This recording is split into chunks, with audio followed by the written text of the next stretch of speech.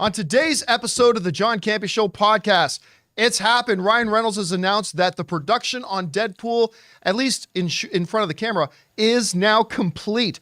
Also, Peacock has just had the biggest subscriber influx in the history of streaming services.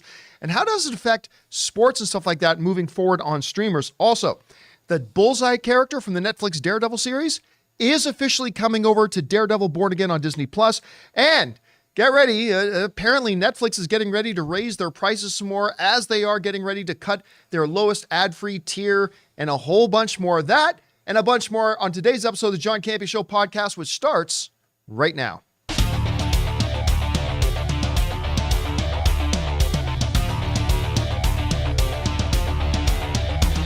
Well, greetings and salutations, everybody. Welcome to the best damn movie-related show on the planet Earth, the John Campea Show podcast, coming from right here in our quaint little studio, brought to you in part by our friends at Mint Mobile. I'm, of course, your host, John Campea, and it is an awesome honor and privilege, as it is every day, to have you, our international friends, gather around as we talk about our favorite things in the world, movies and movie news, TV and streaming, and all sorts of good stuff. Not just giving you our opinions, but giving you some information and context so you guys can form your own well-informed opinions, whether they're the same or a little bit different than ours. Joining me in studio today, I got Ray Ora. Good morning. Jonathan Voico's here. Hello. Writer, director, producer, Robert Meyer-Burnett. Hello there. And most importantly, you guys are here. Thank you so much for making this little show a part of your day, and here's how the show's going to go. We're going to start off by going through all those topics that I just listed off.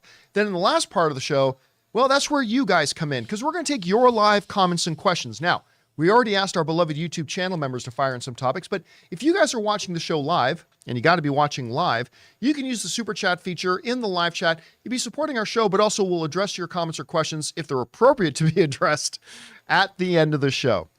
One little reminder too, guys, the John Campea Show podcast is kind of primarily a podcast. If you guys are looking for an audio-only version of the show, maybe you're commuting, you're at the gym, whatever, or anything, make sure you go and subscribe to the podcast so it's there when you need it. Just go on your favorite podcasting app of choice, Spotify, Apple Podcasts, wherever, and just search for the John Campea Show podcast and go and subscribe to it today.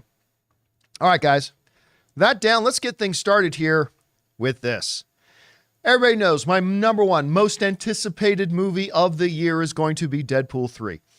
I'm not saying it's going to be the best movie of the year. I'm just saying that's the one I am looking forward to the most. Ever since they made the announcement that they were finally going to be doing it, it's in the MCU, and the coup of all coups. They got Hugh Jackman to come out of retirement as Wolverine to appear in the film as the Knucklehead himself. Cannot wait. Now, the production's been a bit of an adventure. They got things rolling. It got staggered, of course, because of the strikes. They finally got back to shooting. Well, today, Deadpool himself, the Merc with the Mouth, Ryan Reynolds, good Canadian kid, put out on social media that it's done. For some reason, he thought it was important to commemorate the event with a close-up shot of his package, which not a lot of Americans know is a Canadian custom. A picture of your own package is a symbolic gesture of completion. I'm making this up. Totally making it up, though. Basically saying in his post that production is now done. They're wrapped, and he says, we'll see you on July 20th. So, we are now in January, so like March, April, May, June, July. We're 5 months away. But I got one big question. Now, first of all, Rob, you know what I'm going to say. This is the tangibilization. It's done. It's real. Now, I'm sure they're still doing post-production work on it, but yeah, all the shooting is now done. Hugh Jackman's workouts are finished. And, of course, the big question that I have now, because of something you brought up, we are about 3 months away from CinemaCon. Now, CinemaCon in April is still going to be May, June. It's still going to be 3 full months away. Yeah. From Deadpool debuting in cinemas, which is a little far for a normal CinemaCon screening. But you mentioned that you believe that Disney is going to show Deadpool 3 at CinemaCon. Now, of course, this isn't a normal situation. Not like they just finished production now and now post-production starts. They've been doing post-production on this movie for a long time. All through the strike. And all through the months-long strikes and all that kind of stuff. So here's my question. Number one, just quick thoughts about the production of Deadpool 3 finally being done? And number two, do you still think they could have a version of this movie ready to show at CinemaCon in April? Well, first of all, I think it's great that they're done and that they've commemorated the because obviously, like you, I'm really excited. I don't even see this as an MCU movie. I see this as sort of the coda to the entire Fox X-Men franchise. You know, and like I was even asking you the question the other day, is this movie going to start with the 20th Century Fox logo? Yeah, we were talking about that. You know, and we see the destroyed logo. We've seen it in behind the scenes photos. So maybe that's how the movie opens or something. I don't know. And maybe we'll get the MCU logo at the end or something. I have no idea. But I'm very excited to see this film. I think, you know, we've seen what Sean Levy and Ryan Reynolds do when they team up together. They did the Atom Project. They did the Free Guy together. Their humor wildly entertaining. Hugh Jackman, obviously, this is a long time coming. I think everything about this movie is fan thinking. I mean, they're giving the fan base exactly what we've always wanted, I think. And I can't think of another movie. Just the thought of this movie makes me smile. It just makes me smile. And I love that it got made. To be honest, John, it's shocking to think that this movie did get made because they haven't done anything with the X-Men. They haven't announced anything with the X-Men. And this is essentially a de facto X-Men mutant movie. And who knows what's going to happen in this movie? I'm sure whatever happens is bonkers. But as whether or not they're going to show it at CinemaCon, if they were just stopping production now, I would say no.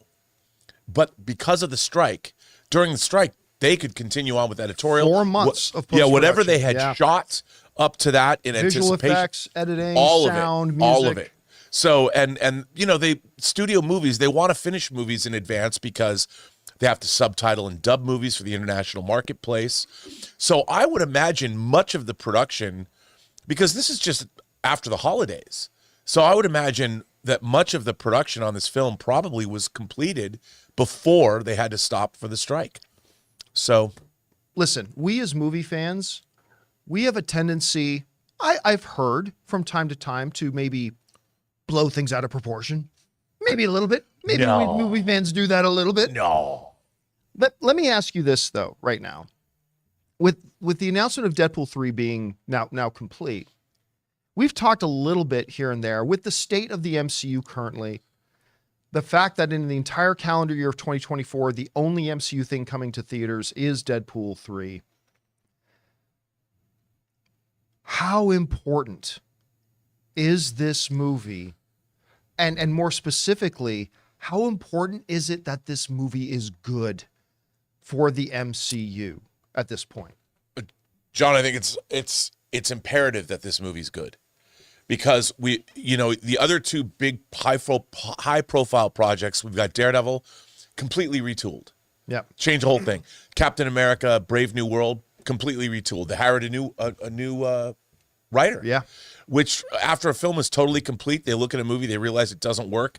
I mean, kudos to them for soldiering on and making sure that the movie's made better. Again, something Kevin Feige wouldn't have had the authority to do if Bob Chapek was still the CEO of Disney. 100%. Yeah. And I think that these three things, Deadpool 3, Daredevil Born Again, and Captain America Brave New World, they have to all three be great. They have to be great. Because these three projects need to restore the luster to one of the great franchise brands ever in the history of Hollywood. I mean, they've got to, the Captain America film franchise, 3 movies in a row of box office that just went straight up. You know, and I understand that and people generally consider Captain America the Winter Soldier to be the best of the single MCU movies, maybe outside Avengers films. And I think still lean towards Civil War, but Winter Soldier is But Civil War is like good. Avengers 2.0. In a way. Whereas Winter Soldier was really a Captain America story. And I really like Anthony Mackie as Sam Wilson, the Falcon turned Captain America. I have really high hopes for the movie, just like I did for the other Captain America films. But this film is not only going to, I think, restore the theatrical luster to the MCU brand, but I think that it's going to be a crowd pleaser. I think it's going to have people going back. I think people are going to have a lot of fun with this movie. I just hope it doesn't go too far into the silliness. Well, and again, And the Deadpool movies have done a good job not doing that. because you can go really into silly if you make sure your silly is worth it. Right. And you make sure that silly has a payoff and makes the audience laugh and not roll their eyes like they did in Thor: Love and Thunder, right? I would say this. I would say I'm very, very close to your opinion. I think it's absolutely no pressure, Ryan. It is absolutely essential that Deadpool crushes it. Because if the audience goes, you couldn't even do Deadpool right? I think the MCU could be in a lot of trouble. Now, I don't think all three of those upcoming projects have to nail it. I think Deadpool 3, essential. Yeah. Then I think if just one of the two remaining ones, like on the Disney Plus side, Daredevil Born Again, on the theatrical side, Captain America 4, I think if they can really crush 2 out of the next 3, Deadpool being one of the essential ones, and then one of the remaining 2, I think they will be in a much healthier position going into 2025 for this new era of the MCU. But God help them if Deadpool 3 disappoints and then say... That never disappoints. Come on. I mean, in Ryan, I trust. If there's a Canadian at the wheel, you're in good hands. But heaven help them then if like Daredevil Born Again also disappoints. They'll be in trouble. But they can position themselves. They've got an opportunity here, Rob. An opportunity to right this ship going into 2025. I only hope, John, that they don't, because it's Disney, that they don't have to water down the humor. Because both Deadpool 1 and 2 have some pretty bawdy, edgy, funny stuff in them. And it will be very apparent if they have to pull back from that. Prior to Deadpool coming in to the MCU, could you imagine an MCU movie having an International Women's Day joke? No. And now, listen, Ryan Reynolds and his writers have said they've never given us any notes. They've said, at least publicly, we'll find out if this is true or not, they have claimed that Disney has given them carte blanche. Whatever you want to do, go for it. That's one thing to say that until they see it. And then it's like, wait a minute. But I'm curious because the first Deadpool made $750 million on a, $65 million spend, very profitable. Deadpool 2 also made 800 plus. I could see this movie. I mean, this could be $1 billion film. I think it as long as it's not bad, as long as it's not bad. It could be $1 billion film. And if that's the case, the luster is back. And I don't think that the MCU could be making another movie that has more audience goodwill than this does. Yep. We all want it. I mean, we're all fingers crossed. It puts a smile on our face just thinking about it. We want this movie to be great, and it's theirs to lose us. Yep, 100%. All right, guys. With that down, kind of before we get into our next topic, but something to segue into it, I have been developing a major bro crush on, you've heard me talk a lot about him lately, on NFL superstar Jason Kelce, right? I really got into him and his brother Travis Kelce's podcast. It's fantastic. I love the documentary of him on Amazon. I was watching that last night. Oh, were you? Yeah. What did you think? It's great. Right? I didn't get to finish it. I was just called too tired. Kelce. Yep. Right? Where this big, true definition of a man's man who is so 100% dedicated to his wife and his 3 little girls. Like, he's the true definition of a man to me, right? Well, then he went viral the other day because he was at the Buffalo Bills Kansas City Chiefs game. They're supporting his brother because his Philadelphia Eagles are out. And then this picture, of course, went viral. Jonathan, you got that? You can bring this up. This picture went viral where in like negative freezing temperatures, he took off his shirt, went out into the crowd, and Buffalo fell in love with him. And the internet went wild. Like, this went completely viral, right? But a new thing that happened at that game started going viral last night. What happened was, of course, Jason Kelce gets all ramped up. He's had a few beers, takes his shirt off in the minus, and then he climbs out of the private box that he's in with Taylor Swift and Cara Delevingne. and his mom and his dad and all that. He climbs out and goes amongst the people, right? And By the way, this could have gone wrong 30 different ways. oh, yeah. Many, many different ways it could have gone wrong. But he climbs out, and of course, he's there supporting the Kansas City Chiefs, but the fans of Buffalo love him, right? He's one of them in many ways. Well, what happened was, and this just started going viral, and this just made everybody love him even more. He sees some little 8-year-old girl with her mother with a sign. The little girl made a sign. It said, Taylor Swift and the Buffalo Bills, best first game ever. So I guess it was her first time going to a football game. So Jason Kelce, shirtless mountain of a man, apparently goes over and says, let's go show this sign to Taylor. And the mom is like, the only shirtless drunk man I would ever let pick up my daughter. And he picks up this little girl and he takes her, goes back up and carries her up to the booth and holds her up so the little girl can show her sign to Taylor. And Taylor clapped for her and smiled. And then the little girl just started bawling, like bawling her eyes out because she got this like reception from Taylor Swift. So takes her back. I mean, I'm not a big fan of musicians. I'm not a big fan of whatever big superstars. I'm a fan of really great people. And every time I see anything that this guy does, it's just like, this is what men should be like. And I just thought it was, and it was going, like I saw this one comment. It was much like the Henry Cavill comment, but this is going viral on Instagram and everywhere. And the girlfriends, I watched this and I got pregnant. It's like, but I mean, good on him. Good people doing good things. Now, the reason I brought that up, besides the fact this is awesome, is that leads us into our next topic in some ways, and that is this. The other day we did a story here on the John Campea Show about Netflix. Did you see this? Got the rights to WWE Monday Night Raw. Yes, they did. At $500 million per year for 10 years, starting next January. A $5 billion deal. And one of the things we said about on the show was that this is brilliant for Netflix because what's the streaming paradigm all about? Getting new subscribers. That's all that matters. And now you're going to have millions and millions of wrestling fans that are now, if they want to watch their Monday Night Raw, they got to have Netflix. This is going to get them new subscribers. That kind of led the discussion into about how all the major streamers, including Max and everything, have been dabbling in sports, trying to get more into live events as well.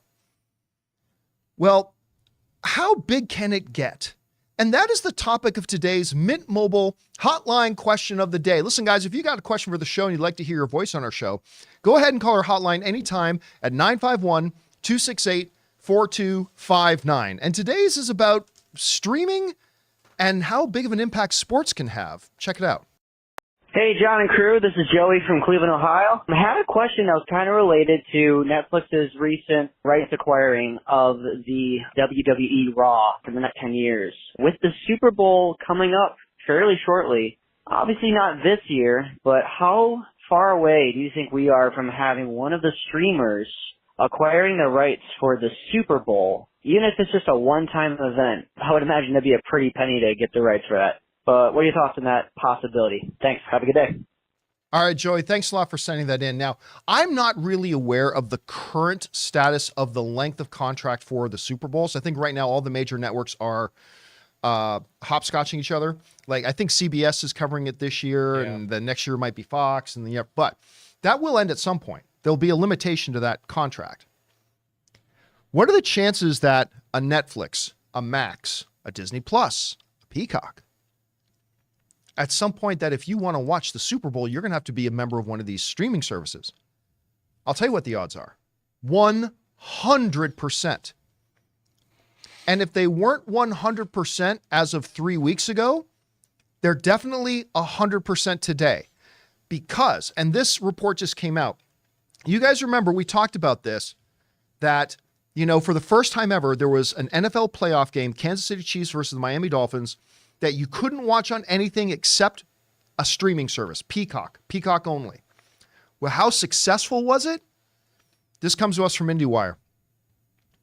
With 2.8 million new Peacock signups over a 72-hour period, the Miami Dolphins versus Kansas City Chiefs game was the impetus for the biggest subscriber acquisition moment ever observed by streaming measurement company Antenna, which has been in business since 2019. The term moment is important here as it refers to a 3-day span. The largest ever single day for streaming signups remains for Disney Plus on its launch day. But aside from your launch day, the day we launch, okay, you get a bunch of subscribers there. Not Netflix, not Max, not Disney Plus, other than the day they launched and turned on their service. Nothing else. The biggest quote unquote moment for a streaming service getting new subscribers was Peacock. And it wasn't an Oscars ceremony. It wasn't Elton John live at the bowl. It was a football game that got them nearly 3 million new subscribers in one little window. Just like that. This is not a sports story. This is a streaming story. Because this is why these numbers like this, and this wasn't even a Super Bowl. This wasn't even a divisional final. It's stories like this that all the streamers are looking at and going, and thinking about all the new subscribers they can get with WWE Midnight Raw, Monday Night Raw, maybe with NHL, Major League Baseball, NBA. More and more of these streaming services are getting into the sports, not because they think, all movie fans are sports fans, but because they know live sporting events bring in viewers. I was looking at a chart of the top 30 most viewed television broadcasts of 2023. I think like 19 of them were NFL games. And I think of the top 20, like 17 of them were NFL games. It's crazy. But what are the chances that one of these streamers at some point is going to put up the ludicrous amount of money they'll have to pay the NFL to have the rights to broadcast the Super Bowl? Rob, I think it's not a question of if, it's a question of when. It'll definitely happen at some point. How do you interpret all this? Because this is a lot of information. Well, first of all, I think that clearly, we were talking about this before the show started. How much money does a streamer have to spend to garner subscribers? Like you said, it's all about subscribers. And I was reading this article about what Netflix was spending on these large ticket movies like Red Notice or The Gray Man. $200 million, $220 million. I bet they paid substantially less, or Peacock paid substantially less to run the Dolphins Kansas City Chiefs game on their platform.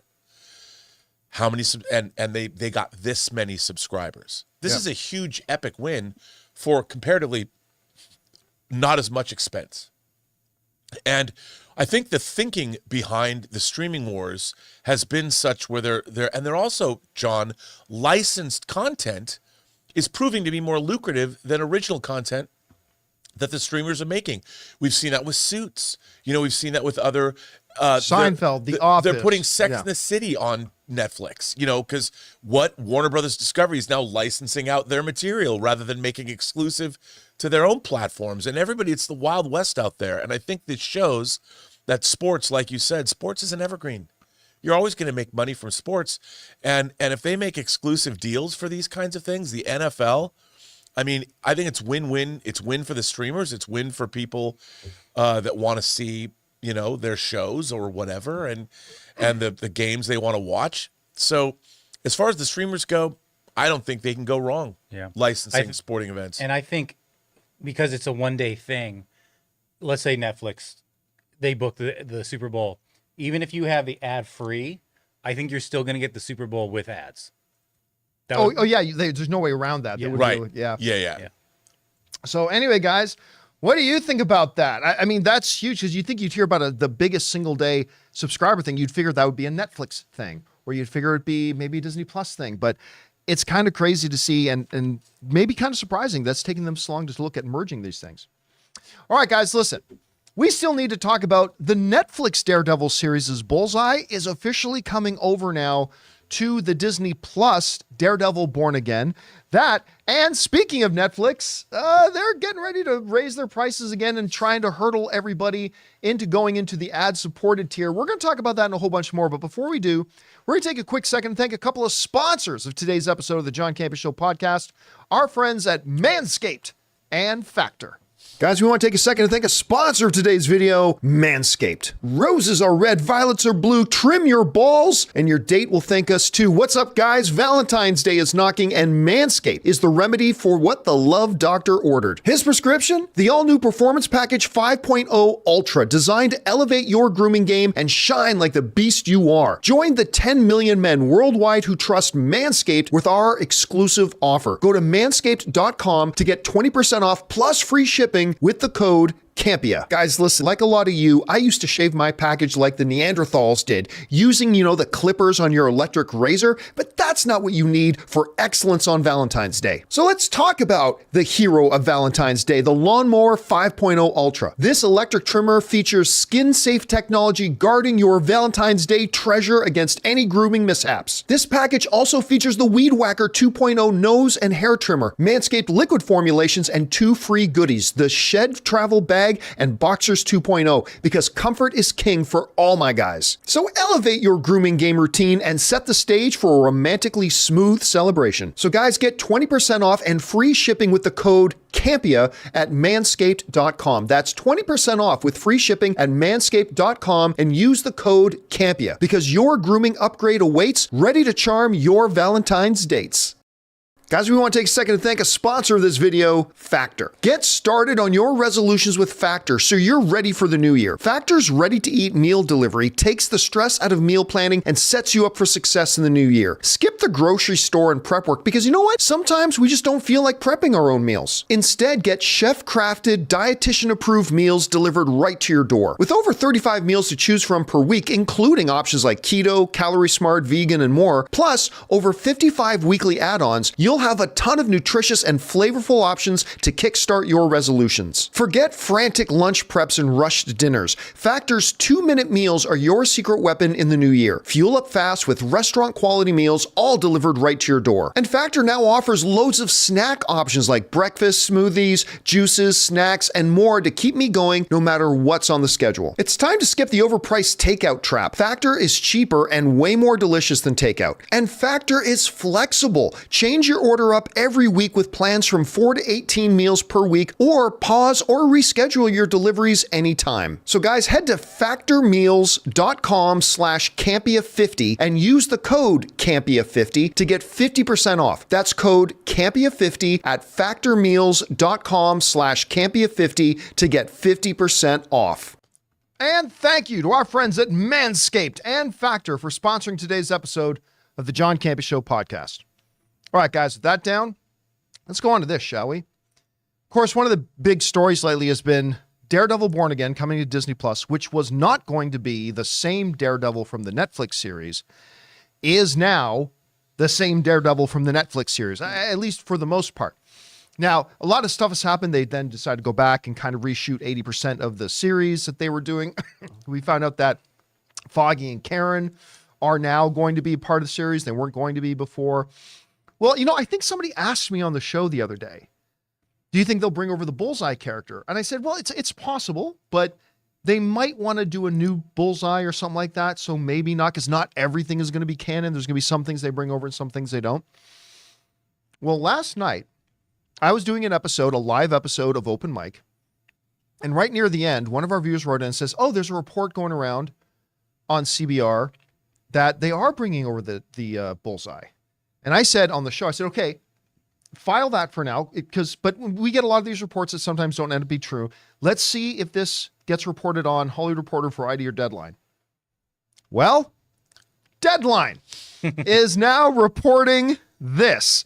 They said the following: Daredevil Born Again, Wilson Bethel returns as Bullseye in Marvel series on Disney Plus. They write the following: Wilson Bethel, who played Benjamin Poindexter / Bullseye on Netflix's Daredevil, is reprising his role on Disney Plus's upcoming Daredevil Born Again, sources confirmed to Deadline. I hear that he is set to appear in 3 episodes of the series, which is now filming. A rep for Marvel declined comment. So yet another definitive thing that Disney is now saying, yeah, we're making this thing official. Now, we found out the other day, if you guys watch the show, you remember we were talked about this, that despite the fact that they initially promised that this Daredevil series was going to be 18 episodes, it sounds like it's going to come in, they said, the same length as the Netflix series, and each of the 3 seasons of Daredevil on Netflix had 13 episodes. Not as many as 18, but still over double what Disney Plus usually does for their television series. Rob, we heard about several characters coming back now.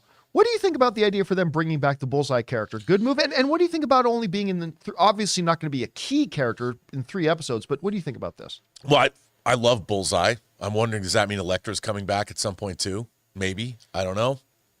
But yeah, I think they're looking at what worked about the Daredevil show, and if it ain't broke, why fix it? And they're kind of going backwards a little bit. But I mean, I think that, while the Daredevil series on Netflix wasn't perfect, it was damn good. And all 3 seasons were pretty strong. And I think that they're looking at that going, why were we trying to change it? What were we trying to do? Like, what was the point of that? Clearly that didn't work. Not in a suit for the first 3 episodes or whatever, so 5 episodes. 5 episodes. Yeah. I think that they cooler heads have prevailed. They're going back and looking at what worked, and they're bringing back an antagonist who's a great antagonist for Daredevil. And I actually like the portrayal of Bullseye in the show before. And so I think it's a great move, and I'm really excited for this show. I hope it's great. I want it to be great. You know what when I think of Bullseye, I still love Colin Farrell's Dude, Bullseye. he was great. Colin Farrell. great By the way, Bullseye. I will die on this hill. I like especially the extended version of the director's cut of that. I mean, Mark Steven Johnson was a Daredevil fan. I don't like how much CG is in that movie. There's too much of that. I mean, and of course the teeter-totter fight scene. Yeah. But I even like that. Ben I Affleck like was that good. movie a lot. I do too. But that one scene, I don't know why, it is to me a top 10 funniest scenes in any comic book movie. Colin Farrell's on the airplane, and this nattering old lady beside him is really starting to get on his nerves, and he murders her by expertly marksmanship, flicking a peanut off a thing to go down her throat and choke her to death. It's one of the best things ever. I hope. By the way, I'm not announcing this. This is not news. I'm not breaking anything. But man, how great would it be if we're watching Daredevil 3 and all of a sudden Colin Farrell's Bullseye pops up in Deadpool 3. Oh, I would love that. You got Elektra. Yes, I would. Yeah, you got Jennifer Garner. I would not put it past them that we would see Bullseye in that movie. I got to see him do the By the way, I haven't heard anything tap. to that effect. Oh, no, neither have I. I've heard all Just kinds to of be things. clear, about this is just Deadpool. us fanning That out. is not something I've heard, but it wouldn't surprise me. All right, guys. With that down, let's move on to this, shall we? A report, Netflix just put out their earnings report where they added, at least in North America, 13 million new subscribers, which is massive, but kind of understandable. You remember, of course, when Netflix said a couple things. We're introducing an ad-supported tier, and we are getting rid of your account sharing. And if you want to add somebody to your account, you got to pay $8. Yeah, right. So you can add more people to your account. Yeah. It's going to cost you $8. And everybody yelled and screamed, "This is the death of Netflix. I ain't going to do that. We're just not going to use Netflix anymore." I love that. We're not going to use Netflix for free. Their subscribers have just gone up and up and up and up. It's worked. The ad-supported tier has worked. The adding somebody on to your account thing has worked. Mm-hmm. Their partnerships with things like T-Mobile has worked. It's added to their subscriber base overall. It's just they've done a lot of things that have been working. And now 40% of new subscribers signing up are signing up to the ad-supported tier. Something a lot of people said they would never do. But here we are. People do it. And if you guys remember, a few months ago, when Netflix did another price increase, Rob, you and I talked about that we believe ultimately Netflix will keep raising those prices to try to corral a sheep into the ad-supported tier because they actually make more money off of us watching ads at $8 a month than they make off of us at $23 a month not watching ads. Well, it sounds like that's exactly what's happening. The Hollywood Reporter put out this article today on Netflix hints at price increases, plans to retire the basic service, the ad-free tier one, and really lean more into the ad tier growth. They wrote the following. Netflix says it had a second straight quarter of strong growth in its ad-supported tier though the business is still in its infancy. The ad tier has gotten large enough, however, for the company to start retiring its cheapest ad-free option later this year. Now, you guys will remember, they gave us a heads up on that a little while ago, saying I think there was a $12 a month ad-free version. Gone. As I think next month, they're officially retirement, so they're saying they're sticking with that plan. That's going to be gone. If you want the basic ad-free tier, I think you're paying $15.99 or something like that. Anyway, in its earnings report, for the fourth quarter of 2023, the streaming giant said subscribers to the ad tier count for 40% of new signups in countries where ads are offered up from 30% of new signups in the third quarter. Netflix also reported ad tier membership growth of about 70% versus Q3, similar to its last report. So in all of this, I think this is just pointing more and more to what we had said before. What the streaming paradigm has learned is that this basic paradigm of no commercials, charge subscribers, and then we keep those subscribers and then just keep, that was ultimately not going to be the road to profitability. And they have reverted more and more back into cable models. We're going to have live sports. We're going to have commercials and all that kind of stuff but this is kind of one of the good things for them, Rob, because we've always talked about, this has been the problem with streaming before for somebody like Netflix, right? Is you have 1 million subscribers and you have two shows. One show, all 1 million subscribers watched. Another show, 100,000 watched. They generated the same amount of money. It made no difference. Once somebody's a subscriber to your channel, it doesn't matter if they watched one thing or if they watched 1,000 things. As a matter of fact, it's better for you as a streamer if your subscriber only watched one thing. But with ad-supported tiers, now having all million people watch a show, that will make Netflix money because they're going to have ads playing with that show. Now there is value to having a show that has high viewership. And here's where it could be good news for a lot of subscribers. One of the classic complaints that a lot of people have about Netflix is that they kill their popular shows. A show after season 2, everybody loved it and they kill it. Why? Because it's not making the money anymore. It's not generating new subscribers. Stranger Things is like one of the very rare exceptions to that, but they would do that. But now, if a show consistently gets high viewership, now that is motivation for Netflix to keep those shows going because those shows will generate ad revenue for them. So I myself like signing up for ad-free experiences, but I could totally see the win-win here. If it costs the consumer half to have the service and the streamer can make more money, and shows that people love get rewarded with additional seasons because it's making the streamer money.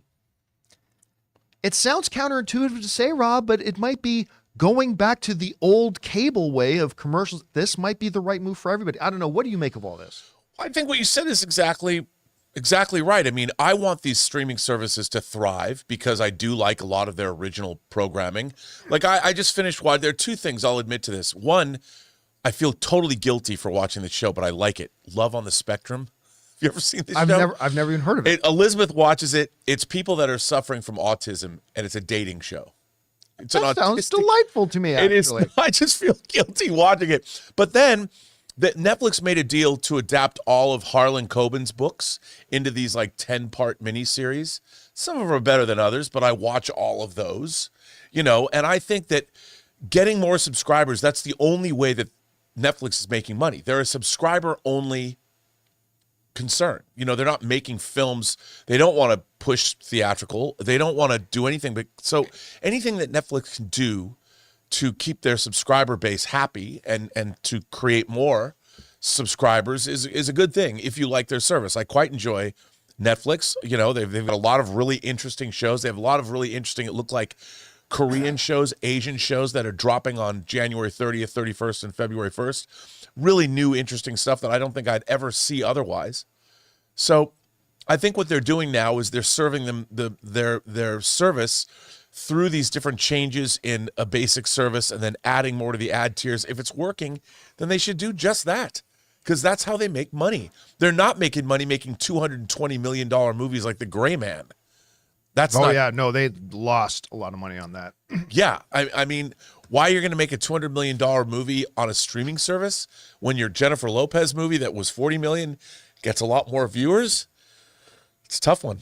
So I think this trend is just going to continue, where I think they are going to continue, as the Hollywood Reporter article pointed out, these, if you are like me and you like the ad-free tier, Netflix is just going to keep putting devices to us. They're just going to keep raising the prices on that and raising the prices, trying to corral us into taking the ad-supported tier. And at some point, we're going to do it.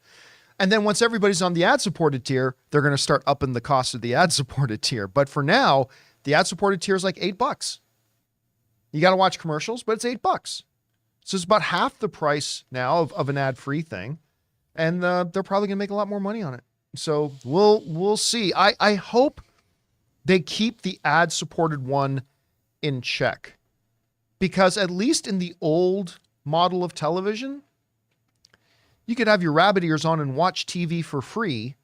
You were paying for it by watching commercials. Something feels wrong about paying for the service and having to watch commercials at the same time.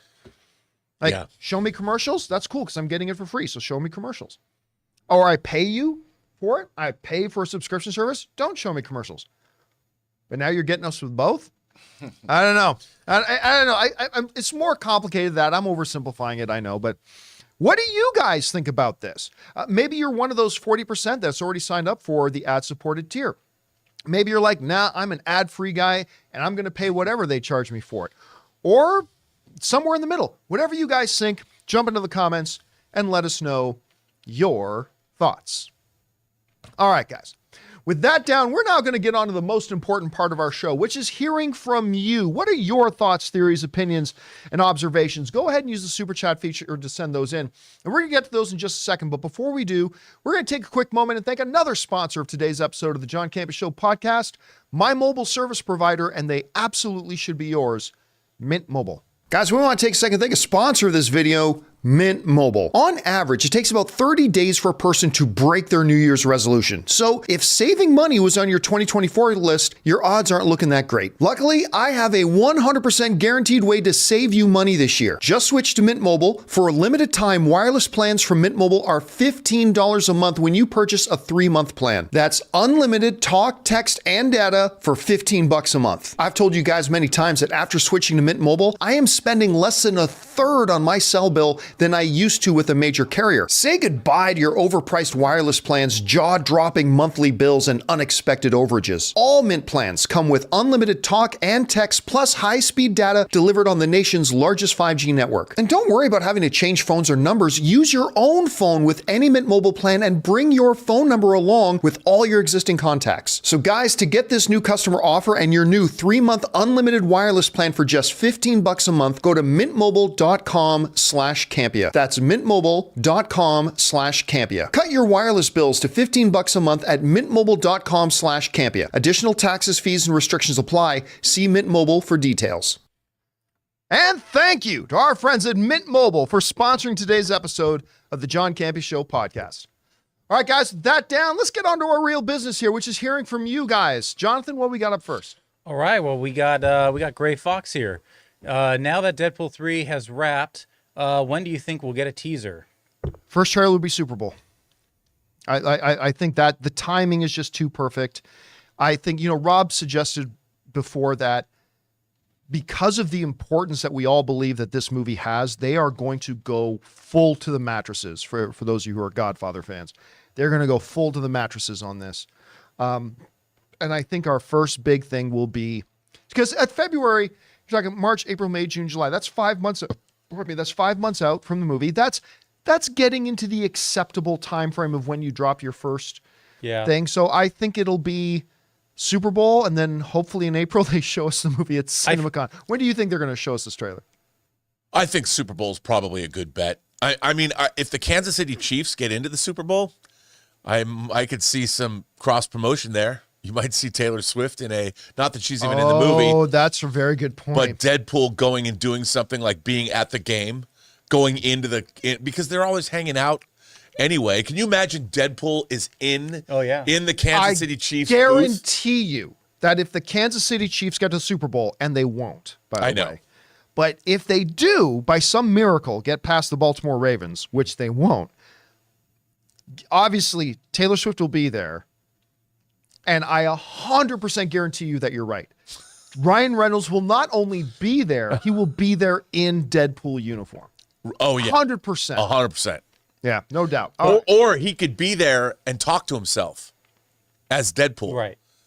Yeah. I mean, there's a lot of options. A lot of things could happen here. Yeah, the thing is, too, is they don't have to have a finished trailer. No. What you could do is have a Super Bowl commercial come up, but all of a sudden Deadpool is crashing the commercial. Right. And then says some witty things. So that's cheap enough to make. Well, I'm saying relatively. And then show flashes of the movie. Boom, do you boom, remember, boom, boom, boom. Now, Jonathan, you weren't there with us, but do you remember at CinemaCon back in April, Jack Black came out on stage and they're like, okay, we don't have a trailer for Kung Fu Panda 3, so let me tell you about it. And he acts it all out. I could totally see Ryan Reynolds doing that too. I mean, they could even cut to they could make it a commercial, but it could be even a live broadcast from the booth wherever they're at, and just do something live. I mean, there's so many things. And you'd have Hugh Jackman in there too. Of course. Oh my God. I mean, it'd be whatever it's good. Look, I think the marketing for this movie, we've seen it before. The marketing that Ryan Reynolds participated in for both Deadpool movies was out of control. It was the best marketing ever. I only imagine that this is going to go to 11, as Spinal Tap would say. Anne really wants to go to the Super Bowl this year because it's in Vegas. Anne really wants to go. And I keep going, honey, how's this for a reversal of roles of a traditional marriage? My wife is the one trying to convince me that we should go to the Super Bowl. And I'm like, I don't know, honey, that's kind of expensive. Maybe. So she's like, just keep our eyes on it, see if some tickets pop up for in the nosebleeds for a reasonable price. I'm like, okay, usually it's the husband trying to talk the wife into the idea of going, but Anne's trying to talk me into going to the Super Bowl. You married the right lady, sir. I married well. I did marry well. All right, what's next? All right, we got James Wheeler who with a $20 super chat says, "Hello everyone. Thank you, James. Have any of you seen a Murder at the End of the World, a miniseries on Hulu? It has Clive Owen and it's excellent. Murder at the End of the World. I've not. It's Britt Marling and her partner that make those movies. What's together. the basic conceit of it? Do you know? There's a murder and the world's ending. No, I have no idea. I don't know, but I think it's like a murder in the Arctic. Because it kind of sounds like a sequel to that James Franco comedy. What was it? This is the End. Oh, This is the End. That's right. That movie is hilarious. That movie is fucking insanely good. Hilarious. Remember, I still always remember when Emma Watson shows up in it. That movie's so good. All right, what's next? We've got Raymond Verada who says, Ryan Gosling has said he was disappointed that Greta and Margot didn't get Oscar noms. Is there a system to please everybody? Is your arch enemy, the Golden Globes, laughing at your superior intellect? Con. You know what's so funny? Ryan Gosling, another good Canadian kid, he puts out this perfect statement, right? He puts out the statement, says, I'm thrilled and honored to be nominated with these incredible people. I, however, am very disappointed for Greta and Margot. They made this movie happen and blah, blah, blah, right? It was a perfect statement. He said, I'm disappointed for them. I'm disappointed they didn't get it right. And then some of the outlets run these headlines. Ryan Gosling calls out Oscars for not, but it's like, that's not what he just said. I'm disappointed they didn't get nominated. Listen, I get it. It's a surprise to a lot of people.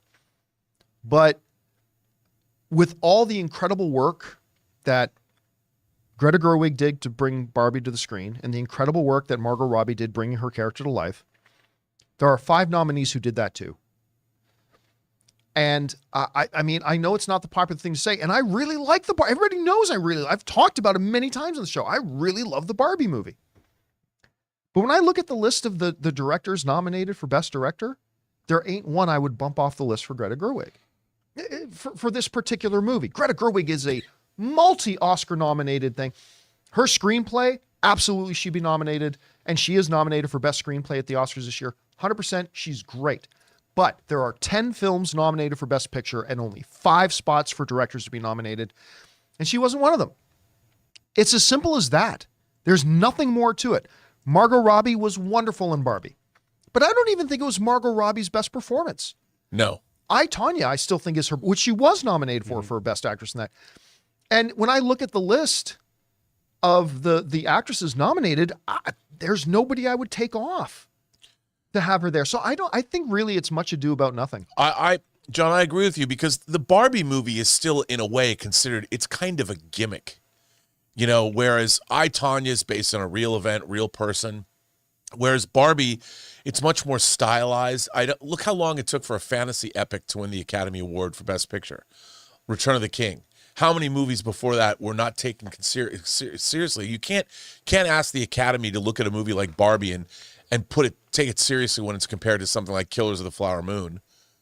You know, you can't. One doesn't fit really with the other. And it's not to say that Barbie. I really like Barbie too. I've watched it a couple times. I bought the disc, and I think it's a terrific film. Is it an Oscar-winning movie, though? Yeah, look, I have no qualms that it's nominated for Best Picture. For me, I could see it in a top 10. But, you know, listen, neither of them were ever going to win, right? Christopher Nolan's going to win Best Director. Yeah. Emma Stone is going to win Best Actress. So, I mean, you know, it is what it is. All right, let's keep going on here. What's next? It won $1.5 billion. That's what it won. Yes, it did. Yeah. That's what the money's for. Yeah, they made a lot of money. Ian McAllister says, with Stranger Things ending, I'm thinking Avatar is going to be Netflix's newest flagship show until the live-action Pokemon show. You know what I keep trying to tell people, and every time something comes out that nobody believes me, but it keeps turning out to be the same thing. People in North America don't care about watching Pokemon stuff. John, Pokemon is the number one. Doesn't matter. You said that just like anime. That's exactly how because look what happened when they put out Detective Pikachu. I had so many people before that movie came out screaming at me, John, you're an idiot if you don't know that this movie's going to make $1 billion. I'm like, it ain't going to make $1 billion. It ain't going to get anywhere close to that. And it didn't. And by the way, I, for one, like that movie very much. Can Avatar, The Last Airbender be the new flagship series? Here's the thing. It's not as popular as fans of the series think it is. All right? And this is true of most fandoms. Most fandoms think the object of their fandom is more popular than they think it is. Unless you're a Marvel fan or unless you're a Star Wars fan, 9 times out of 10, that's just not true. Like, I love Supernatural. So people say to me, well, John, why do you think you should make a movie? Because I know it's not as popular as I think it is or as I think it should be. It's just not. And we'll have to see how good Avatar: The Last Airbender is. I think the trailer looks spectacular. I did too. I can't wait to watch this. But will other people? Is it actually good or does it just look good? So we'll have to see. There's also another thing. I mean, Avatar: The Last Airbender is a franchise that has already existed in film form and, of course, the original animated form. And this is another iteration of that, whereas Stranger Things is an original. It was original. It is what it is. It's not a continuation of something that already exists. And the thing about Stranger Things was it created its fan base, which, by the way, was really a 4-quadrant fan base. Adults, kids, everybody liked that show. Everybody tuned in to watch it because it had normal, high school age kids, and it had 80s nostalgia with Winona Ryder and all that. So it appealed to the kind of an audience that I don't necessarily think The Last Airbender is going to have access to. I'm going to watch it, but we'll see. I can't wait to watch. It looks incredible. I was already intrigued with this show until yesterday's trailer came out. And then yesterday's trailer came out. I'm like, I'm on board, man. Yeah, like I can't wait to watch like this. Percy Jackson. I mean, I'm not saying they're exactly the same, but I was surprised by how good I thought Percy Jackson was, and we'd seen other iterations of that in live action before. Yeah. And it looks like they nailed it. Have you seen the newest episode of Percy Jackson? No, not the newest one. It's great. Yeah, I am so charmed by this show. Not a top 5 show of the year for me, but I'm really enjoying. It's funny because I added that to my repertoire. Now that Reacher's done and Monarch is done and For All Mankind is done. Now I keep forgetting. I got to put that back on my. We have top a bunch of of my shows list. coming out in February too. I know. All right, what's next? Gone with the Cheddar writes, just a reminder that before Marvel and DC made the multiverse popular, Community did it first. The darkest timeline, 6 seasons in a movie. Well, not really, but it was a really nice moment at the Emmys when who's the main guy again from Community? What's his name again? He's got that animal Joel control. McHale. What's that? Joel McHale. Joel McHale and Ken Jeong were on stage presenting something, and it was a really nice moment because then they cut to why am I suddenly freezing on his name? The main guy, the most popular guy to come out of Community. Nick Offer. No, Glover? Thank you. Donald Glover. Yeah. In the audience, and it was like just a really nice moment. It was good to see. All right, what's next? All right, we got Bills HQ says, game results aside, please don't talk about the game. Bills versus Chiefs pulled in 56 million viewers on average. NFL dominates TV viewership in America. It's not even close. It's not even close. Whatever you think is popular on TV is dwarfed by the NFL on TV. Yeah. It is kind of crazy, and it is too bad. The Buffalo Bills should be going to the next round. They outplayed the Chiefs, but wow, field goal wide to the right. It is a phrase that will haunt Buffalo Bills fans for multiple generations now. The generation before and now this generation. All right, what's next? We got Dante Zarecchia who writes, hey crew, it's been a minute and I just wanted to say thank you. Have any of you started watching True Detective Night Country? It's fantastic so far. We were just talking about this the other day. I have not, but I've heard great things. I'm going to start watching. You've started watching it, right? I'm really enjoying it. It's really intriguing. The last episode sets up a lot of it's crazy. It's I really liked it a lot. And of course, I've always loved Jodie Foster, and she's great in it too. She is she's a world-class actress. Oh, yeah. She's so good. All right, what's next?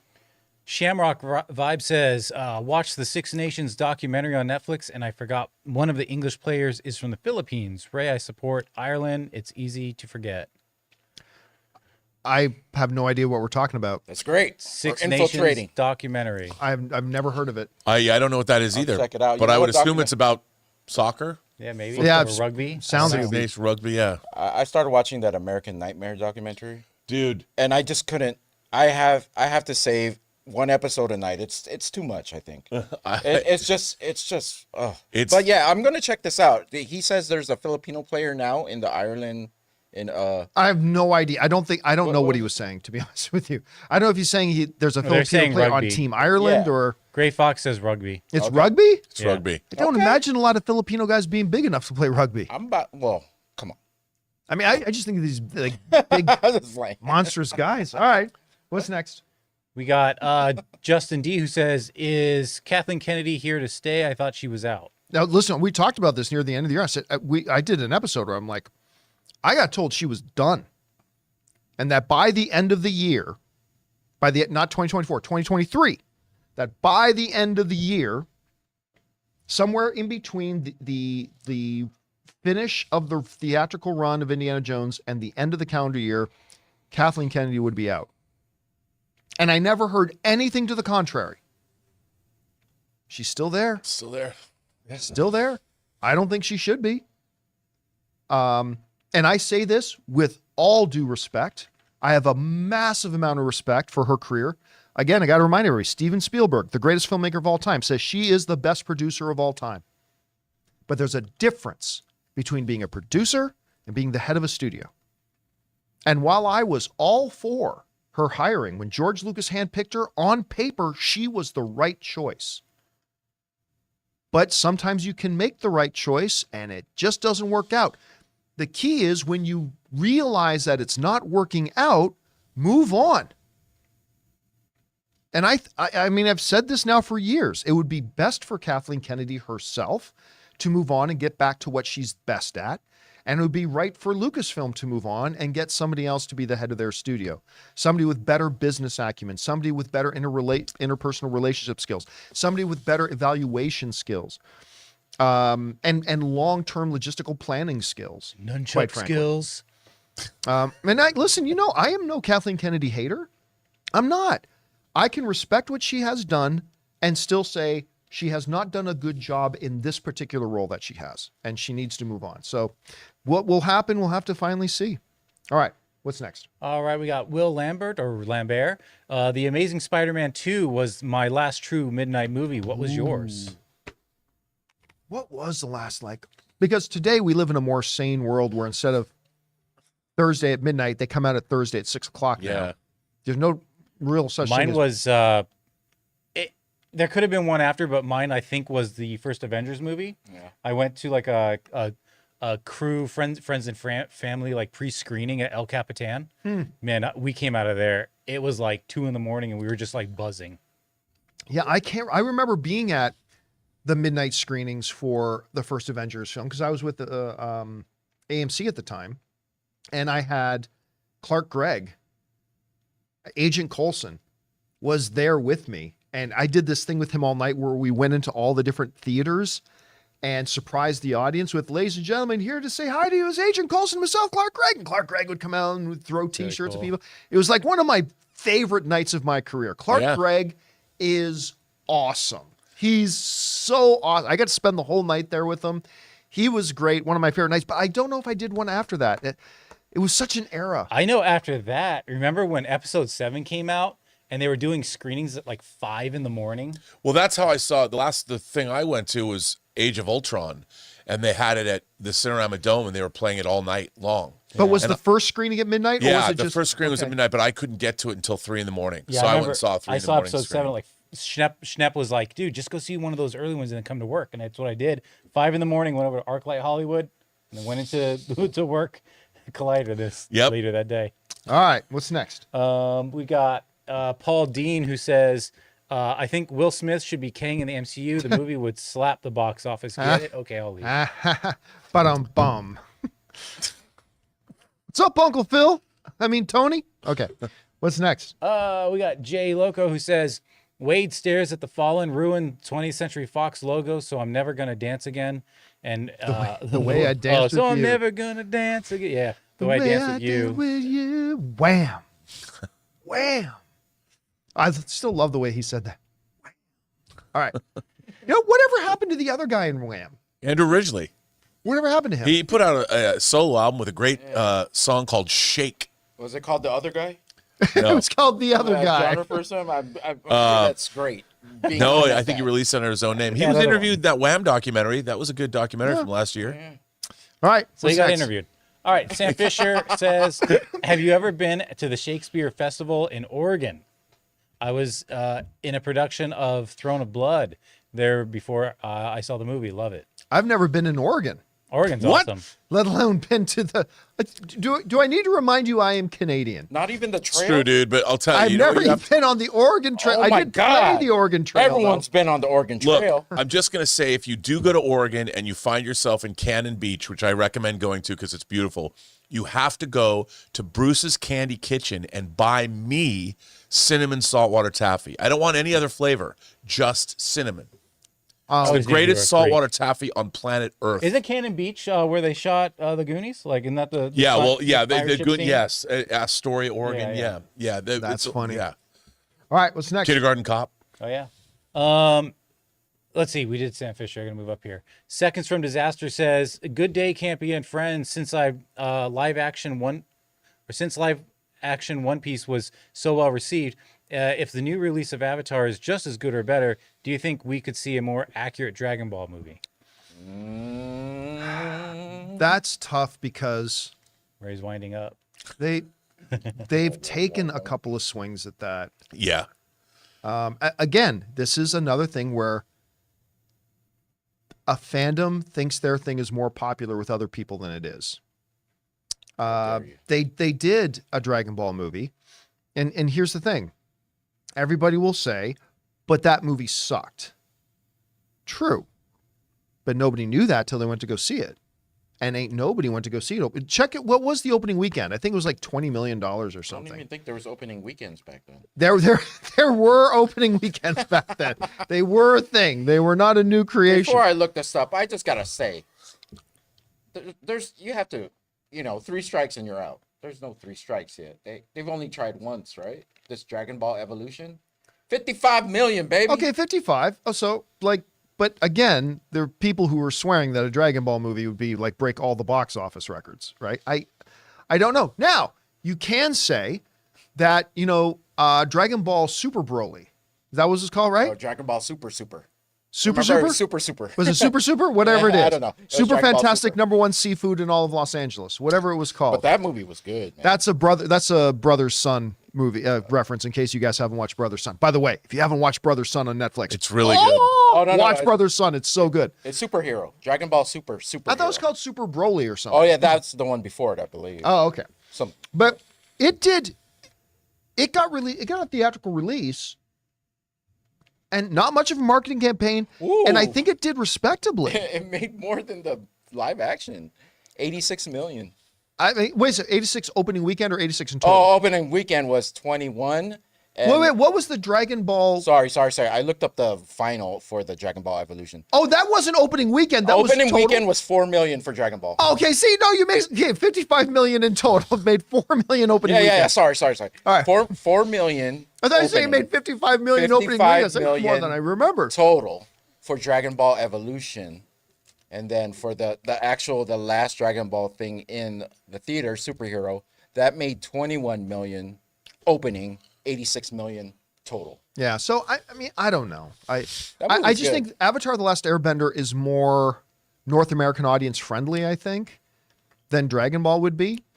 But agree. I'm gonna lie, if they made a live action Dragon Ball, I go check it out. Maybe a series. Maybe a series. That'd be really expensive. Oh, Netflix seems to be not caring about anything. Netflix seems to be caring a lot more these days about how much they spend on a series and stuff like that. Oh, all right. What's next? M. Jada says Daredevil, same again. Same again.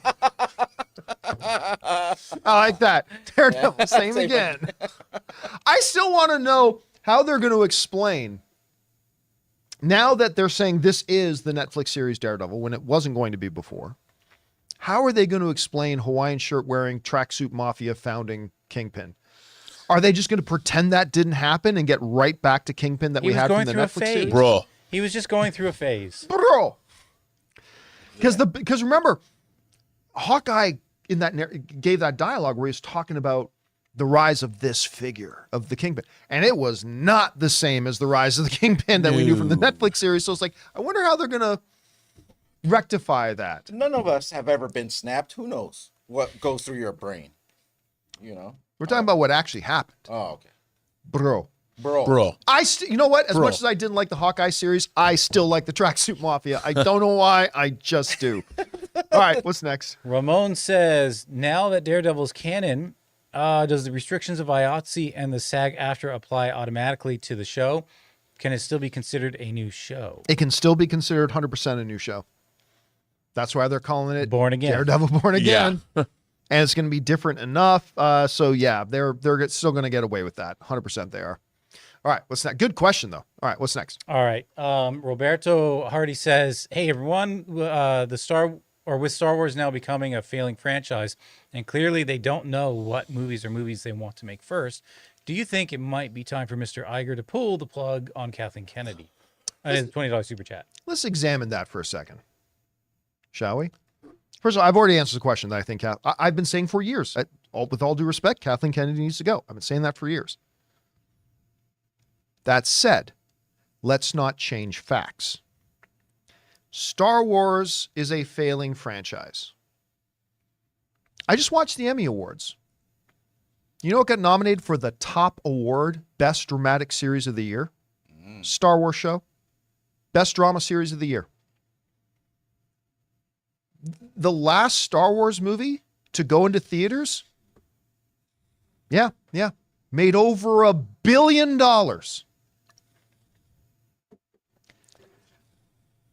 I'd like Last to fail movie that in hard. theaters made $1 billion. Show that it was out last year, nominated for the top award in the entire television medium. I think what we as fans need to be able to do is to have good, intelligent conversations about why, like, I believe Kathleen Kennedy needs to go. Yes, but let's talk about it within the realm of reality. The reality is, while I may think a lot of Star Wars stuff's quality I thought the Rise of Skywalker was just abysmal. I didn't like the Obi-Wan series. I didn't think Ahsoka was very good. Season 3 of Mandalorian was kind of shaky. Okay, yeah, we can talk about all those things, but let's not change reality when having these conversations. The reality is that in the midst of all those negative things that I just mentioned, they've also kicked some ass on television with Mandalorian Season 1, Mandalorian Season 2, obviously Andor just nominated for Best Series at the Emmys. It's been years since they put out something theatrically, but the last time they did, it made $1 billion. Can't say that about Marvel, that the last thing they put out in theaters did not make $1 billion. It's been a beat since that happened. It's wild. It'll be 5 years the holiday season for 2024 Since the Rise of Skywalker. 5 years. Yeah. Yeah. And now, granted, a few things happened in there too. Sure. A little global pandemic. Yeah. A little writer's strike. Yes, but it's still 5 years, right? So do I think it's time for Kathleen Kennedy to go? Again, I've been saying that since 2019. But again, let's not pretend like Star Wars is a failing franchise. It's got its struggles, it's got its obstacles, and it's got its problems. But it's also just nominated for the top award in the world, and the last film put in theaters made $1 billion. So Yep. yeah, it's just something to keep in mind. Just something to keep in mind. That's all. All right. What's next? We got Dominic Suma, who says someone tried to argue that the Fast and Furious IP was more valuable to Universal than Jurassic. Not even close. The value of FNF is much more tied to its cast than Jurassic Park, which is not a good thing in my opinion. Listen, it's a good subjective argument to have if you prefer Fast and the Furious to, say, Jurassic. Absolutely. But numbers are not interpretable, right? The last Jurassic Park movie made over $1 billion and cost a hell of a lot less than the last Fast and Furious movie. So no, I don't agree. Now, granted, I'm not sitting here with a spreadsheet in front of me with a total financial breakdown. Okay. So I might have to examine this and go back once I've learned a few things and change my mind. But on the surface, I don't know how you say that the Fast and the Furious is more valuable to them, especially with Fast and the Furious being on an absolute financial decline. Every movie, the last number of movies, their box office has gone down and down and down and down. Whereas the last Jurassic Park movie made over $1 billion. So at a much smaller price tag. So Rob, I don't know how you say Fast and Furious is more valuable to them than Jurassic is. I mean, I think you could say because there's more movies. Sure. But I don't necessarily think as a franchise it's more valuable or less valuable, or I think they're both equally robust franchises. But also the value is about what value implies today. Yes. Today. Not 7 years ago or 10 years ago when Fast 5 came out. Today, I don't know how you make an argument that the Fast and Furious franchise is more valuable to I them would than say Jurassic. also there's something that you need to consider. Jurassic Park, Jurassic World is not contingent upon its cast to be successful. Right. Yeah. Whereas the Fast and Furious franchise pretty much is the cast. Whereas you make dinosaur movies, look, I just maintain that the only problem with the Jurassic Park franchise for me is that not enough human beings get eaten. You make more human beings get eaten, the value of the movies goes up. Just have more people get eaten. I like watching people eaten by dinosaurs. I think most people do. There's always an audience for it. All right, what's next? We got Callum, who says, "Hey crew, I just finished Sons of Anarchy for the first time and thought it was one of the best shows I've ever seen, but I noticed it never was nominated at the Emmys for Best Drama. Is there a reason why it was never nominated?" Getting these nominations is tough. It's a subjective thing. So, by the way, I don't know. I don't know if that's true or not. I'm going to just assume that you're right about that. I don't know, but yeah, it's one of my absolute favorite shows of all time. Top three, probably top two favorite shows of all time for me. Ronald Moore's Battlestar Galactica is my all-time favorite show. I think Sons of Anarchy might be my second favorite show ever made. I absolutely love it. Can't wait. Wow. All right, what's next? We got Jay Superboy. Hey guys, rewatching old clips and was wondering if Ray still believes a strong flow impresses the girlfriend's parents. LOL, keep it filthy. I don't even know if Ray remembers what we're talking Yeah, about. we were talking about, Flow. hearing Yep. pee. Bathroom sounds. And I say, the stronger, the better. The stronger the flow, Don't the be manlier ashamed. the man. Don't be ashamed of human things that you have to do as a human. You know, if it sounds, it sounds. If it's, You know, I'm going to tell you something. I'm going to admit something right here. If there's no flow, you gotta go. No. I'm going to admit something that's really embarrassing to me. Okay, go. You ever, okay, and this is like, do you remember watching, why am I freezing on the name of the movie with, not Idiot, Dumb and Dumber. Thank you. I was gonna say that. Dumb and Dumber. They're riding on the motorcycle, the scooter, through the freezing thing, and the one guy's his hands are frozen off, and Jim Carrey takes off a second pair of gloves. He's like, "You've had a second pair of gloves this whole time?" It's like, "Oh yeah, it's cold out here." Like, right? Yeah. I had one of the, I still remember when we had that discussion. Okay. This is me being vulnerable to you guys. Oh, I'm exposing my embarrassment here. Oh, here we go. So, one of the things I mentioned, that what brought up this whole conversation, it was a story about how when I was younger and I'd be dating a girl, if I'd be at the girl's house and her family's there and I need to go to the bathroom, I wouldn't want them to hear me pissing, right? So what I would do, oh God, this is so stupid. I would get down on my knees in front of the toilet to make sure, take Mr. Biggie, lop it over the side of the bowl, and make sure I pointed it to the waterless part of the bowl so it would silently stream and go down. Knees would get very sore, but so it would so I'd get down on my knees. So I didn't want, the girl I was dating's parents to hear me pissing in their bathroom, right? They knew what you were doing in there, though. Yeah. Oh, I'm sure you they did. Turn on the shower. Yep. Might as well turn down the shower But I like to operate silent. or piss in the shower. So but here's the thing. Here's the thing, though. One of the people in the comments section, a little bit later, as I was reading the comments of that day's show, said, just curious, why didn't you just sit on the bowl like you were going to poop and just aim that way I just instead go of out getting the on window. the knees? And to me, I was like, fuck, why didn't I do that? That is way smarter. So yeah, I was needlessly for years getting down on the bathroom floor on knees my have suffered ever knees since. so I could pee silently. Then just one guy in the comments said, why didn't you just sit on the bowl and do it yeah. that way? Yeah. Why don't you just pee on the You lawn? had an extra pair of gloves this whole time. So I felt really stupid. This clip is going to be Really taken stupid. out and mercilessly mocked forever on the Oh yeah, internet. and I deserve it. I felt so stupid for years. I did it the If wrong it's a way. bad date, just miss. I just missed. I just missed. That No, wasn't that's a bad dominance day. thing. That's how you dominate, like over I'm the just family. You kidding. pee I on the wouldn't floor. do that. This is some quality movie, TV news conversation. Come All at us right. for piss. What's piss next? Advice. Johnny says, just saw Spider-Man Across the Spider-Verse in theaters Nice. again. Such amazing film. Love it every time I watch. Sucks that it was not the original unedited film when it first came out. Oh, was he just talking about like the sound at the beginning where you couldn't hear the dialogue? Yeah. Oh, right. Or Yeah, was I there remember. were there clips that were added? I'll tell you what. I still think it was the best film of the year. I honestly do, and I think it's just been, as the history of the Oscars has done. The Oscars created the best animated category back in 2001 as a cop-out.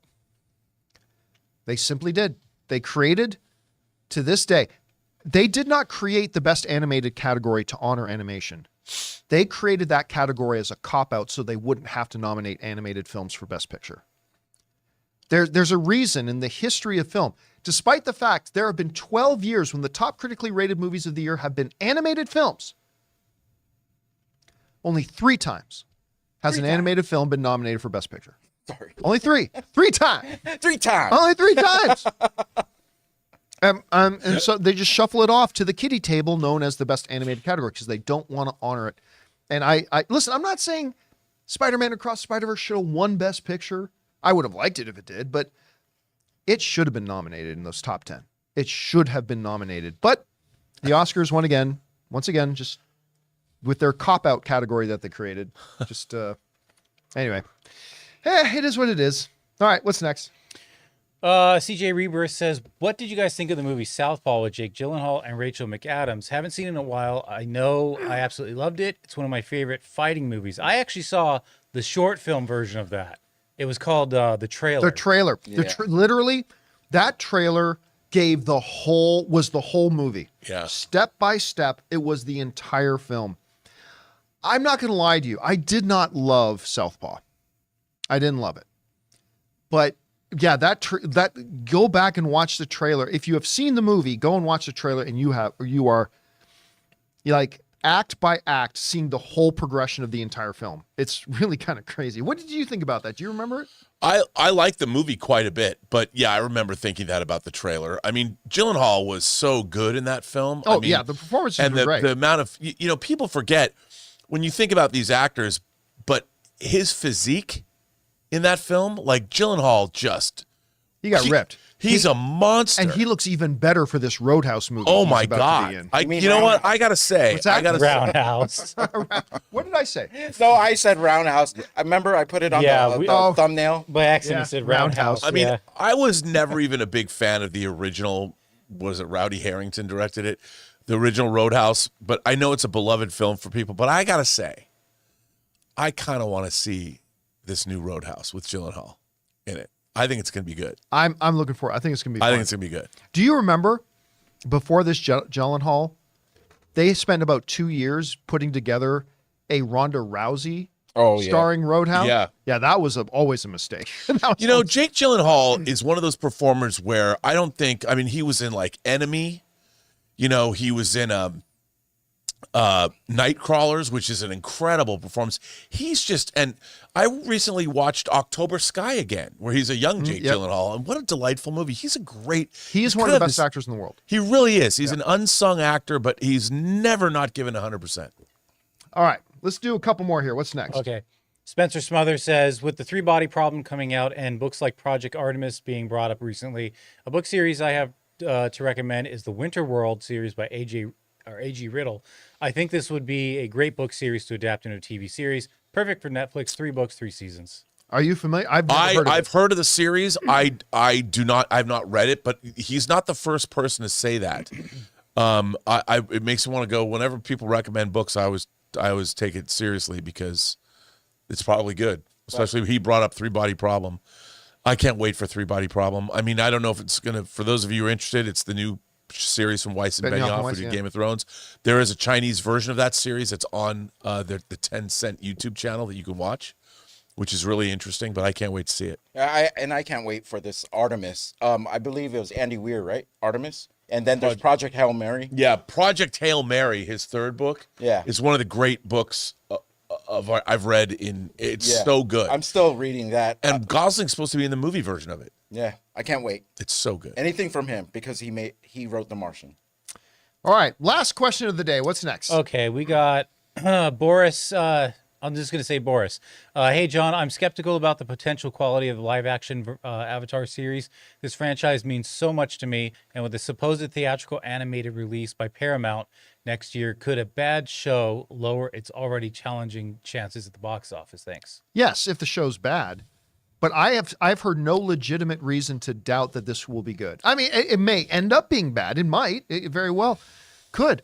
But other than the fact of people saying, well, the original guys who did the animated show aren't part of this, that to me doesn't suggest that the show won't be good. Listen, Netflix has a bad track record of making original movies, but they have a stellar track record of making great television. The odd stinker here and there, absolutely. Cowboy Bebop didn't work, whatever, but man, their One Piece series worked really, really well. Yeah. And then you look at their ability to do dramatic, whether you're talking about The Crown or listen, probably 20 of the top 30 best shows the last number of years has probably been Netflix series. They do a great job. The trailer looks spectacular. The casting is good.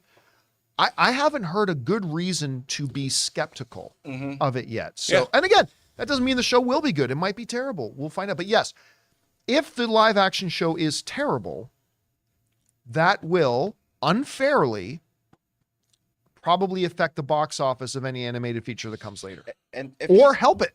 and if he's a fan of this actual property, what a time to be alive for you. You know what I mean? Like you're gonna witness, Especially after that trailer, man. Yeah, after that, I don't see how you're not excited for this. That trailer looks you know, so spectacular. hopefully it works out for you.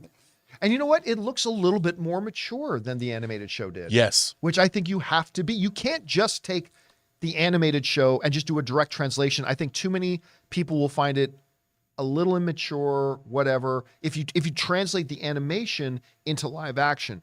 But I think it looks a little darker than it did, but still captures the spirit of it. Agreed. I got a lot of hope for this, man. And when he does that jumping kick, and does he deflect arrows, or are arrows being shot at him? That shot was so cool. I think he uses air to push Oh him yeah, away. that's right. I keep forgetting. He is He's an a airbender master. after all. He's a master.